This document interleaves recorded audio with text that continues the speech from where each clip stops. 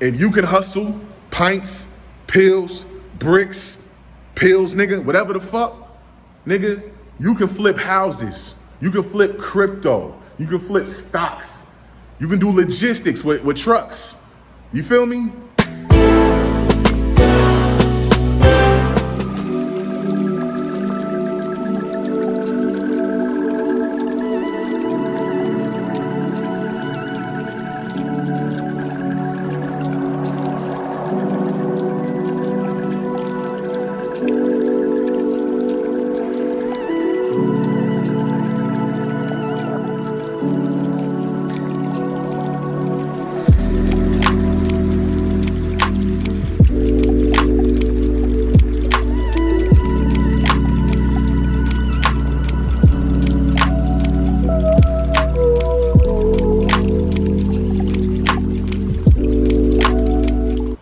What's up? Good morning.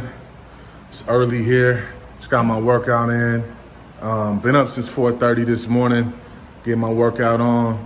Just got done. You feel me? Hit some cardio and some weights. Hit chest today. Chest and triceps and biceps pretty hard. Anyways, man, just fresh out the gym. But anyways, this is what we're talking about today. This topic, I hope it saves your fucking life. I hope it saves you from catching any trauma. I hope it saves you from losing money. I hope it saves you from getting incarcerated, getting caught up in the system, all of that shit. I'm gonna tell you something that the average nigga that used to be in the streets would not tell you. You know what I'm saying? I'm not gonna sit here and glorify being in the streets and all that other shit because I've been there. You feel me? But I'm gonna tell you this, man. The topic today is hustling backwards. The dark side of hustling. We're gonna talk about the streets are undefeated. That's the topic. The streets are undefeated. You feel me? So the thing is, man, when you come from, and you might not even be from the hood like me, but you might have a scarcity mindset. You might come from a place of scarcity. You might look at money like it's something hard to obtain, but you're willing to do anything to get to the bag. And see, once you get to that point, you become like a ravenous wolf in the corner, foaming off at the mouth, willing to do anything to eat.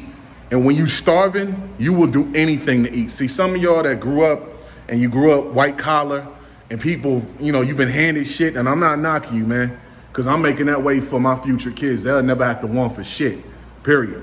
They're not going to have to eat motherfucking grits and eggs for dinner and all types of shit. And no, they're not going to know what an eviction notice is unless they're giving an eviction notice to one of their fucking tenants.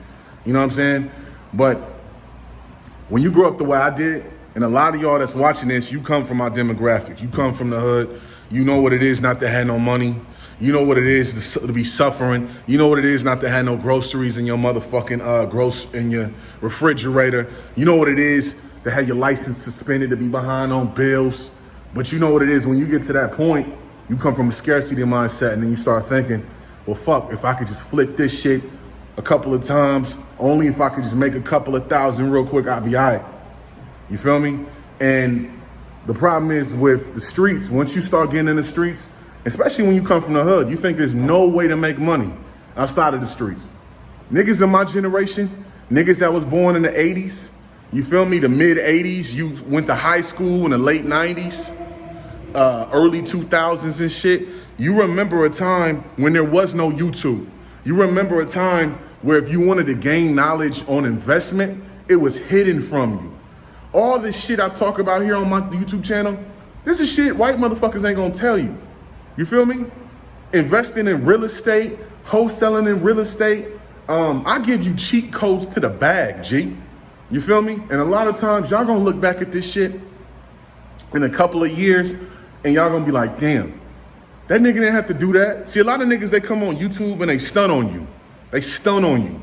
Oh, I did this. I made 20,000 on real estate. But they're not gonna show you how they did it. They're not gonna show you how they did it. But one thing about me is I'm gonna give you the tools to how to get to it, my nigga. So you remember a time, if you grew up in the 80s, and I mean, you were raised in the 80s and you were your formidable years in the early 2000s, you turned 20 something in 2004, 2005.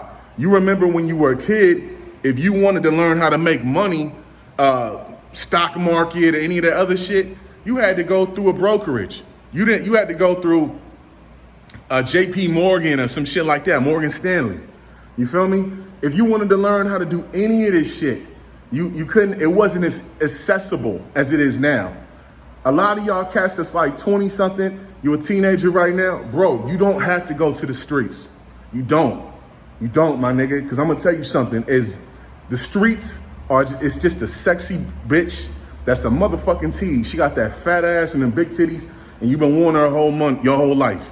And you think the streets is the only way you can get your bag, bruh, trust me. Trust me. Do not. And if you don't take nothing else from what I say today, do not ever trick off your life. Don't ever trick off your life. Do a crime for 45 seconds that can put you away for 45 years. Don't do that shit, bro. There's crimes you can do in less than 45 seconds that are in your motherfucking life. Don't trick your life off for that $4, $5, $6, $7, $10,000. That ain't a lot of money, bro. It's not. And the thing is, like I said, when you come from where we come from, you had that scarcity mindset. And the reason is, I said this in one of my other videos. Street niggas are the greatest salesmen in the motherfucking world. And I really believe that shit.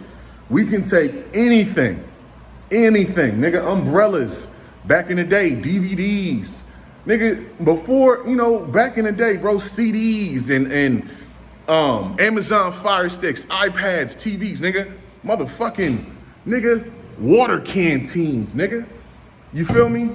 And flip that motherfucker on the streets, nigga. You could take 100 of them motherfuckers and sell out all of them in 2 days. Mouthpiece. You can't teach that shit. You feel me? There's ways you can tighten it up. I'm gonna do a video on that, how to tighten up your mouthpiece. But you feel me? The thing is, we sell the wrong products. We're marketed the illegal shit that'll put us away forever. And that's what motherfuckers like Joe Biden, Joe Bill Biden want. They want your ass off the streets, nigga. Young nigga, 18, 19, 20. They want you to motherfucking die. You feel me? Real shit, bro. I'm gonna tell you something. The more money you make in the streets, the more paranoid you get. I've been there. Nigga, I remember them days I would make $1,500, $1,200, and this is when I was like 20. $1,500, $1,200, $900. Nigga make $1,000 in like 2 hours. I'm paranoid. You feel me? And the dark side of that was what? What was the dark side of that shit? You coming outside, nigga, to your outside, you got work in your trunk still. You didn't take it out the trunk. You so fucking hungover the night before. I was hungover as fuck. Nigga, all my shit gone. Niggas done took, I remember this is like 2005, nigga. Niggas took my scraper. You feel me? If you from the back, you know what a scraper is. Old school, Buick. Nigga, took my shit. Gone. You know what I'm saying? Gone. Nigga, I had work in the trunk. Nigga, motherfucking getting carjacked, bruh. I'm gonna have to go in detail on that shit. Nigga, I was 22. My father always told me this, and this might not be the best advice, bruh, but this is reality. Don't ever hustle at night. The thing is, you will get fucked up in the game when you're trying to get that extra dollar. If you got money in your pocket and you good, you just gotta know when to leave. I didn't do that this night. You feel me? I normally used to have my nigga Kurt with me that night. I'm in somebody else's hood. You feel me? Somebody called me from a random number like that. I met the nigga in the motherfucking, this is in Hayward, nigga in the Bay. This is 2008. I'm selling motherfucking shit out the trunk of my car. I'm selling motherfucking, this is when I was selling Jordans. You feel me? I was selling Jordans. I had a little Asian plug. You feel me? And nigga, my clientele was all D-boys. All D-boys, Jack boys, D-boys mainly. You feel me? So I meet the motherfucker at what was it, Jackson? I think it was off Jackson Boulevard, right off of the 880, right there by Southland Mall. My niggas in the Bay, you know what I'm talking about. Motherfucking Nations right there. You feel me? Nations and Safeway. Meet the nigga right there. Two niggas walk up. I'm greedy as fuck. I knew when I was sitting there in the car, G. I'm sitting in the car, I parked the car, and something told me, get the fuck out of here. Bro, I had already had $500 in my pocket. I was good, I didn't need this money. I pull up, I hop out, I didn't listen to my first mind. That's where I fucked up at. Nigga, I hop out. OG. And these niggas was young. I'm like 22. They was probably about 15. You feel me? OG, man. Oh, I like them J's right there. I popped the trunk. I had like 50 pair in the back. I was doing a lot. I ain't gonna lie to you. I was doing a lot. Oh, what's them right there? I reach for them. The nigga put the gun in my head. I need all this shit. All right, cool. Now, I was taught when you get robbed, just get a nigga the shit. You can get all that shit back, bruh. Bruh. $500. Had a little Metro phone. You feel me? Little Metro PCS phone, trap phone, 2008. Gave him that shit. And I'm thinking he gonna be good. You got $500, you got a phone, you good. Nigga, I want the keys. All right, bruh. Nigga, they took the motherfucking, I had a little trap van, had a little turf van full of, this is my grandma's old van, man, 1990, I think it was a 93 Dodge Caravan. Nigga, it was a little underbucket, but I used to be hustling out that motherfucker, you know what I'm saying? I ain't gonna make it seem like I was an incredible square dude, I was not. You feel me? And that's why a lot of y'all tapped into me now, because I'm like, yo, if you were like 20 something, I'm like your older brother or your cool cousin or any of that shit. You come to me when you want the game. I'm not gonna sit here and talk down to you. I'm gonna give you what happened to me. Nigga, they took my shit. Took it. 30 pair motherfucking Jordans. Nigga, over fucking $5,000 worth of work in the trunk. I had my laptop in there in the car. I had my digital camera. I had, man, my motherfucking MP3 player. Man, they took all my shit. I could have lost my life that night, G. I could have. 22 years old. The year before that, I'm hustling. I go see, what was it, Children of Men. And it's funny, I remember this shit like it's cinematic. I'm 21. I get a fucking voicemail from my cousin Kevin. I got a cousin named Kevin too, just like me. His dad's name is Kevin too. He's a junior too. And he tells me in a voicemail, my cousin Prince got killed. I had a cousin named Prince. He was in the streets too. He got killed. You feel me? So I'm telling y'all this, man, and you would think after all this, I would stop. Nope, didn't listen to myself, didn't listen to my first mind. Years later, PR dries up. I'm working in rap. This is years later. I've been hustling watches my whole life. I always had a plug on watches. Nigga, I'm gonna keep it real. It was counterfeit. It was fake Rolexes, man. And I used to get them from China, AAA quality. I used to get them for $100, and I would flip them motherfuckers for $300-400 all day. You feel me? And these motherfuckers was, and the people I was selling to was people that didn't give a fuck about spending 20, 30 bands on a watch. Nigga, somebody fucking snitched on me. I meet the cop. Now mind you, this is when my PR, but when I was working in rap, shit was starting to get slow. So I started flipping watches. Mind you, I've been flipping watches. This is my first hustle since I was 15. Since the age of 15, I've been hustling. Okay, iPads, TVs, whatever. So even when I worked in music and I was making good money, if I had a slow month, I'd go flip some shit. Man, I pull up to Tommy's Burger, man, right here on motherfucking Hollywood Boulevard when I used to live in Hollywood. Nigga, 3 fucking cops, G. 3 cops, man. I got a motherfucking case for selling fake Rolexes, bro.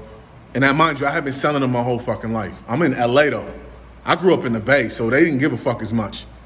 And nigga, 4 years probation. I had to pay a fine, $4,000. I had to do 30 days cleaning up parks, 6 a.m. to 2 p.m. You feel me? And that's small shit, bro, because I've sold shit way worse than that. I remember when they put me in cuffs for this shit, nigga, I thought to myself, I was like, I'm so glad this ain't what it used to be. You feel me? I'm not gonna sit here and get all motherfucking, talk about what I used to do and all this other shit about I used to sell this and this and this, like super illegal shit, but I ain't gonna front. I sold a lot of counterfeit shit in my life. I've sold a lot of counterfeit shit in my life. Amounts of shit that was federal. And that's hustling backwards.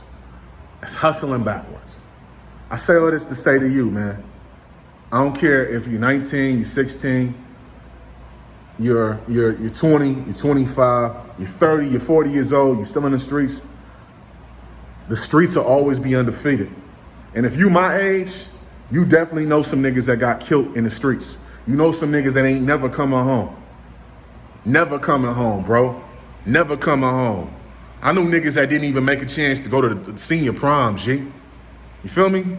Niggas that don't know what it was to be old enough to see a gray in their beard, G. They never got an opportunity. I know so many niggas that died so young, nigga, 22, 23, when they baby was on, their baby couldn't even walk yet, bro.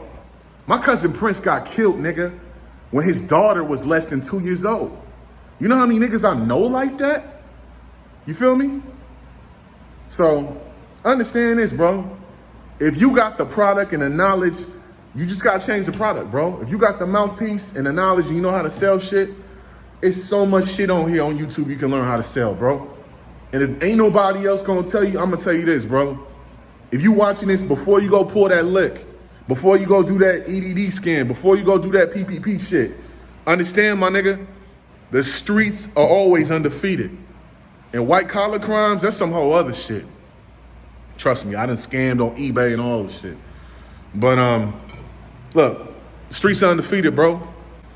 If you can hustle pints, pills, bricks, pills, nigga, whatever the fuck, nigga, you can flip houses. You can flip crypto. You can flip stocks. You can do logistics with trucks. You feel me? Look, man, if you're gonna stay in the streets, have a retirement plan, bro. Get that money and get the fuck out. Go legit. Straight up, man. Hope this saves your life, man. Like, share, subscribe. Peace and love.